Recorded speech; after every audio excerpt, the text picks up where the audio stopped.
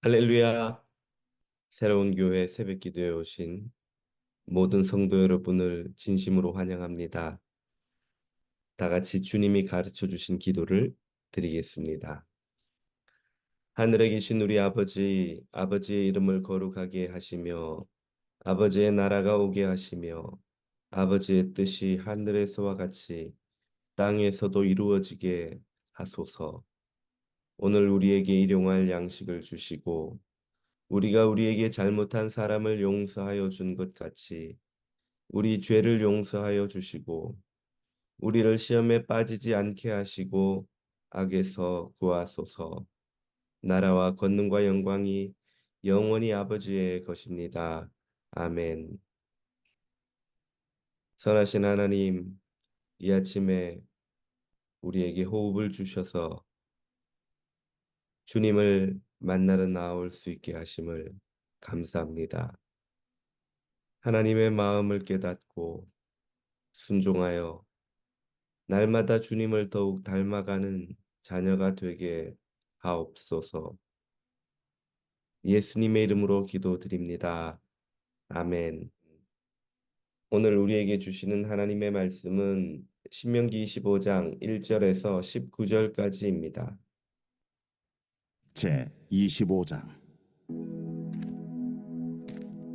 사람들 사이에 시비가 생겨 재판을 청하면 재판장은 그들을 재판하여 의인은 의롭다 하고 악인은 정죄할 것이며 악인에게 태형이 합당하면 재판장은 그를 엎드리게 하고 그 앞에서 그의 죄에 따라 수를 맞추어 때리게 하라.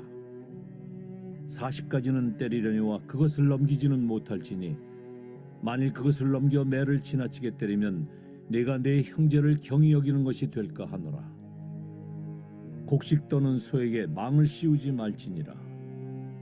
형제들이 함께 사는데 그중 하나가 죽고 아들이 없거든 그 죽은 자의 아내는 나가서 타인에게 시집가지 말 것이요 그의 남편의 형제가 그에게로 들어가서 그를 맞이하여 아내로 삼아 그의 남편의 형제된 의무를 그에게 다 행할 것이요 그 여인이 낳은 첫 아들이 그 죽은 형제의 이름을 잊게 하여 그 이름이 이스라엘 중에서 끊어지지 않게 할 것이니라. 그러나 그 사람이 만일 그 형제의 아내 맞이하기를 즐겨하지 아니하면 그 형제의 아내는 그 성문으로 장로들에게 나아가서 말하기를 내 남편의 형제가 그의 형제의 이름을 이스라엘 중에 잊기를 싫어하여 남편의 형제된 의무를 내게 행하지 아니하나이다 할 것이요 그 성읍 장로들은 그를 불러다가 말할 것이며 그가 이미 정한 뜻대로 말하기를 내가 그 여자를 맞이하기를 즐겨하지 아니하노라 하면 그의 형제의 아내가 장로들 앞에서 그에게 나아가서 그의 발에서 신을 벗기고 그의 얼굴에 침을 뱉으며 이르기를 그의 형제의 집을 세우기를 즐겨 아니하는 자에게는 이같이 할 것이라 하고 이스라엘 중에서 그의 이름을 신벗김 받은 자의 집이라 부를 것이니라. 두 사람이 서로 싸울 때에 한 사람의 아내가 그 치는 자의 손에서 그의 남편을 구하려 하여 가까이 가서 손을 벌려 그 사람의 음낭을 잡거든 너는 그 여인의 손을 찍어버릴 것이고 내 눈이 그를 불쌍히 여기지 말지니라. 너는 내 주머니에 두 종류의 저울추 곧 큰 것과 작은 것을 넣지 말 것이며 내 집에 두 종류의 돼 곧 큰 것과 작은 것을 두지 말 것이요 오직 온전하고 공정한 저울추를 두며 온전하고 공정한 되를 둘 것이라. 그리하면 네 하나님 여호와께서 네게 주시는 땅에서 네 날이 길리라. 이런 일들을 행하는 모든 자, 악을 행하는 모든 자는 네 하나님 여호와께 가증하니라. 너희는 애굽에서 나오는 길에 아말렉이 네게 행한 일을 기억하라. 곧 그들이 너를 길에서 만나 네가 피곤할 때에 내 뒤에 떨어진 약한 자들을 쳤고 하나님을 두려워하지 아니하였느니라. 그러므로 네 하나님 여호와께서 네게 기업으로 주어 차지하게 하시는 땅에서 네 하나님 여호와께서 사방에 있는 모든 적군으로부터 네게 안식을 주실 때에 너는 천하에서 아말렉에 대한 기억을 지워버리라. 너는 잊지 말지니라.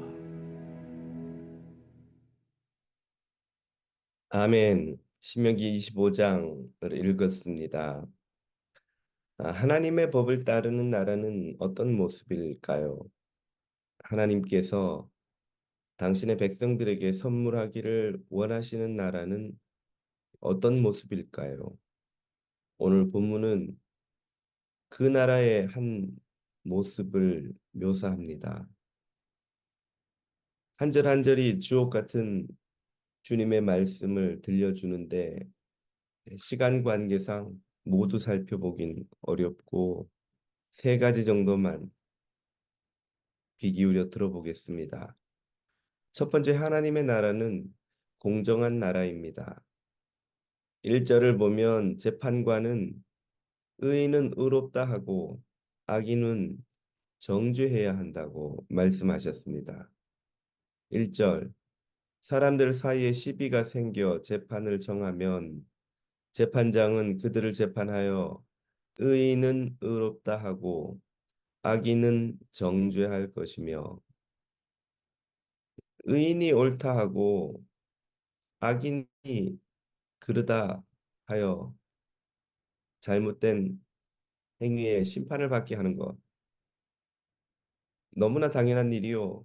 교과서에 나오는 이야기입니다만 현실에선 이것이 그리 쉽지 않습니다. 어느 사회에서나 힘 있는 사람, 부유한 사람, 친한 사람, 이러저러한 이유로 영향력이 있는 사람일수록 더 좋은 판결과 대접을 받기 마련입니다. 반면에 가난하고 힘없고 사회적 지위가 없는 이들은 항상 무시당하고 외면당하고 또 이용당하고 불리한 판결을 받기 마련이지요. 하나님의 나라는 공정한 사회이어야 합니다. 공정한 사회는 발전합니다. 부강합니다. 모두가 그 사회 법을 따르려 하기 때문이지요. 이 공정함을 무너뜨리기에 사회가 병들고 마침내 나라가 무너집니다. 불의한 일이 많을수록 사회는 구멍 뚫린 둑처럼 여기저기 누수가 생기고 마침내는 무너집니다. 운동 경기를 생각해 보면 알 수 있죠. 심판이 공정하게 파울을 불고 경기를 운영하지 않으면 선수들이 경기를 열심히 성실하게 임할 의욕을 잃어버립니다. 그래서 종종 잘못된 판정을 하는 운동장에서 선수들이 운동 경기를 하다가 중단하고 화를 내며 나가버리는 일이 발생하는 것이지요. 사회도 마찬가지입니다. 공정하게 판단하지 않으면 사람들이 정직하고 성실하게 일할 의욕을 잃어버립니다. 불의가 판을 치는 세상에서는 사람들도 불의한 방법으로 돈을 벌고 다른 이의 것을 빼앗으려는데 주저하지 않게 되지요. 그런 일을 하면서도 죄책감을 느끼지 않습니다. 왜일까요? 그 사회에 책임 있는 사람들이 공정함의 룰을 지키지 않기 때문에 자신들도 지킬 이유가 없다고 여기는 것이죠. 공정하지 않은 사회에서는 피해 보복이 일어납니다. 운동장에서 심판이 파울을 제때제때 불어주지 않으면 파울을 당한 억울한 선수들이 상대에게 더 심한 파울을 저지르기 마련이죠. 그래서는 마침내 경기가 격화되어 주먹다짐이 일어나곤 합니다. 사회도 마찬가지입니다. 억울한 사람들의 답답함을 풀어주지 않으면 그들의 억울함은 불만과 미움, 증오로 쌓이고 마침내 폭력적인 방식으로 표출되지요. 많은 사회가 이런 불이함을 방치한 결과 사회 갈등이 심해지고 마침내 나라가 무너지는 불행한 일을 겪습니다. 우리가 몸담고 살아가는 이 땅 미국, 우리가 떠나온 조국, 공정한 나라가 되기를 축복합니다. 둘째, 인권이 보장되는 나라입니다. 3절을 보면 태형을 때릴 때에 40대 이상을 때리지 말라고 하였습니다. 바로 이 말씀 때문에 유대인들의 태형은 39대, 39대가 최고형입니다. 사도 바울의 간증을 들어보면 40에 한 대 감한 매를 여러 번 맞았다고 하지요. 40에 한 대 감한 매, 곧 39대 최고형으로서의 태형을 여러 차례 당했다는 뜻인데 왜 40대 이상을 때리면 안 될까요? 그 이유를 3절이 이렇게 설명합니다. 40대까지는 때리려니와 그것을 넘기지는 못할지니 만일 그것을 넘겨 매를 지나치게 때리면 내가 내 형제를 경히 여기는 것이 될까 하노라.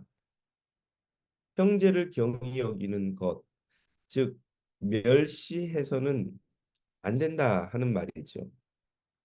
왜 멸시해서는 안 됩니까? 아무리 죄인이라도 그는 하나님의 형상을 따라 창조된 존재이기 때문입니다. 즉 인간에게는 하나님이 주신 존귀함, 인권이 있기 때문이지요. 40이 넘는 매는 보통 성인이 육체적으로도 견디기 힘든 한계치라 할 만한 가혹한 고통이기도 하거니와 그 고통의 크기가 인간의 존엄을 유지하기 어렵게 만들 만큼 사람에게 고통을 주기 때문입니다. 사람은 너무 고통스러우면 또 너무 두려우면 스스로 비굴해짐으로써 존엄을 잃어버립니다. 형제, 자매가 아무리 죄를 지어 잘못을 저질렀다 할지라도 인간으로서의 존엄을 잃고 경멸을 당할 만큼 그를 고통스럽게 만들면 안 된다는 뜻입니다. 여기에는 같은 인간으로서 우리도 언제라도 그런 잘못을 저지를 수 있는 연약한 존재라는 이해가 전제되어 있습니다. 우리는 하나님의 은혜로 요행이 운이 좋아 그런 범죄를 저지르지 않고도 생존하고 복지를 누릴 수 있는 환경에 놓였습니다만 우리 역시 그들처럼 열악한 상황에 놓이면 그런 잘못을 저지를지도 모르는 연약한 존재입니다.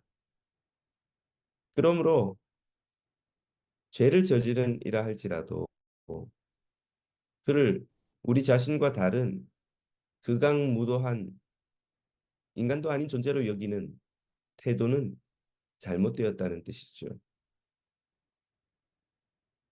인간의 존엄을 잃지 않는 나라, 인간의 권리를 존중하는 나라, 그런 나라가 하나님이 원하시는 나라입니다. 시간 관계상 셋째는 다음에 해야 되겠습니다. 오늘 우리가 살아가는 나라가 이처럼 공정하고 인권이 보장되는 나라가 되도록 우리 그리스도인들이 더욱 기도하고 순종하여야 할 줄 믿습니다. 주님께 순종하여 오늘도 주님을 더 닮아가는 성도 여러분 다 되시기를 축복합니다. 주신 말씀을 붙들고 함께 기도드리겠습니다. 우리가 몸담고 살아가는 이 사회가 하나님의 자녀 성도들의 믿음과 순종으로 더 공정하고 인간의 권리를 보장하고 하나님의 뜻이 이루어지는 나라가 사회가 되게 해달라고 기도드리겠습니다. 한국에선 국회의원 선거가 있는데요. 더욱더 하나님이 기뻐하시는 나라 되도록 기도해 주십시오. 우리 미국 땅에서도 11월에 대선이 있지요. 하나님이 기뻐하시는 지도자 세워주시고 하나님이 기뻐하시는 나라, 하나님이 주신 이 부강함의 이 힘을 다른 나라를 약소국을 억압하는 데 쓰지 않고 그들을 존중하고 이 세계 질서를 지켜가는 데 쓰도록 기도해 주십시오. 도미니카에서 의료 봉사 중인 서영대 서영미 교우님 가정과 또 IT 난민들을 대상으로 선교하시는 김성은 선교사님을 위해 기도드리겠습니다. 오늘 저녁에 있는 마가의 다락방에 큰 은혜가 있도록 기도합니다. 기도 제목을 붙들고 함께 주님 앞으로 나가겠습니다.